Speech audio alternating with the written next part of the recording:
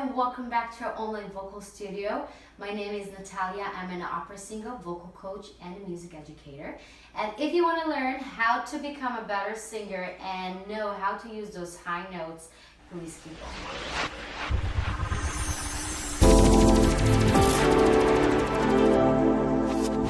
So high notes. I get a lot of questions and a lot of requests to talk about high notes. Always that I'm asking my students what the most important thing they want to work on, it's always high notes.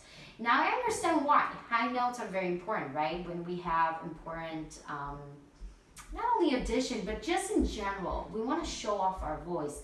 High notes, that's the one we can actually show our voice, especially in opera singing.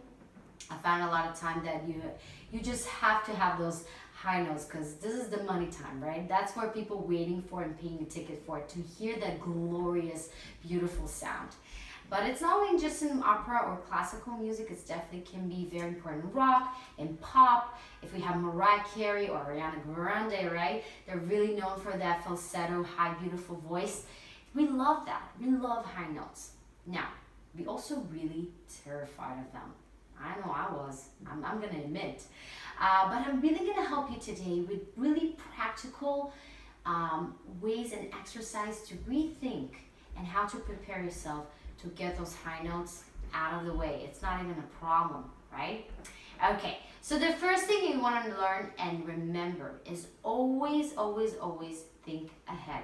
Not only in high notes, but as a musician, you always want to learn and look ahead, not just be of every note. You always want to know what's ahead of it, okay? So let's say I have a high note, but I have after it, usually it's not end on a high note, right? Only if it's the end of the piece, but usually the high note sits on the middle of the word, right towards the end of it.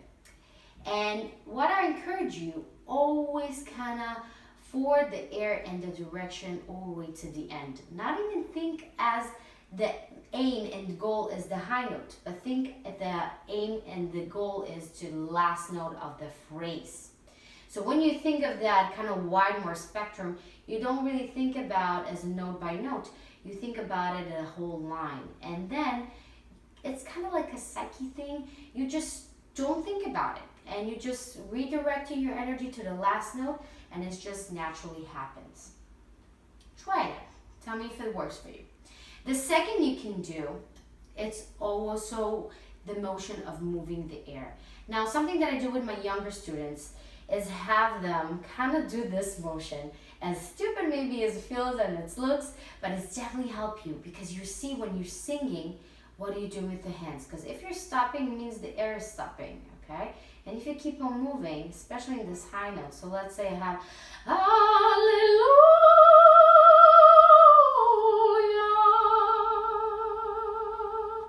So I didn't stop the air, I just go from the high note all the way down and just keeping the air going, okay? So it's not just mentally rethinking about the whole sentence, we also focusing and making sure the air is moving forward. Now, also a great kind of tip that always helps my students and sometimes myself as well is the thought of yawning. Now naturally when we yawn, what happens? Try to yawn for a second because this video is so boring, right? So try to yawn and look what happened. The soft palate, right? This part right there is just naturally raising up. And our jaw is dropping down and we're creating this beautiful kind of space that allows the air spin and hit those high notes. That's what naturally happens. We know what to do with that. Especially, you know what we're yawning, right? I hope you know because we're yawning because we need oxygen to our brain. So that's where we get a maximum air. So also we're gonna get the maximum full sound. That's how I see it.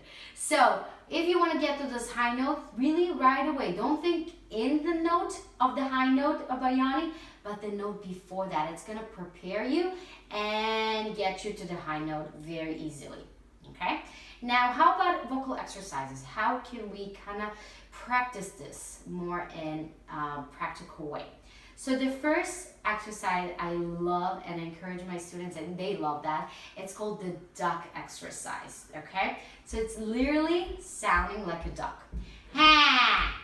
Like that. It's very sharp. It sounds horrible, but it's amazing. So what do? You're literally thinking like you are sending the air and the sound above this level. And you taking your tongue all the way to your back upper teeth and just doing sound. Ha! Ha! And this kind of motion, it's keeping the air what we call the mask. So just doing a couple of those, it's gonna rethink your air, and you're not gonna be sitting on top of the air. Just gonna make it air much more smoother and easier to sing, especially those high notes.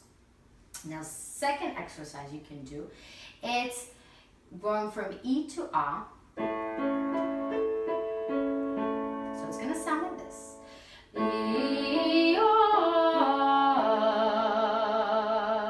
And again, we're not stopping. And if you feel you're stopping, do this motion. It's gonna really help you to keep that on the same loop. Let's try it together. Breathe.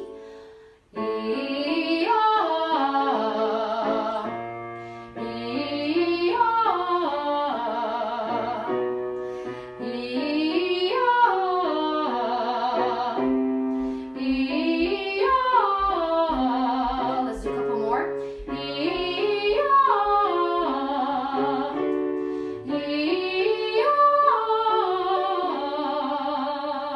Now I was thinking a little bit of yawning, and I'm still keeping the direction.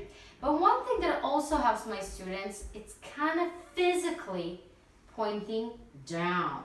Now when you're pointing down, it's really kind of take your attention from, oh, I'm singing very high, and just dropping that attention down. It's really going to help you sing those high notes much more easily. So let's try that with your finger down. Ready? Breath in. One more. One more. Last one. We're gonna go down. Still thinking about the yawning. And one line.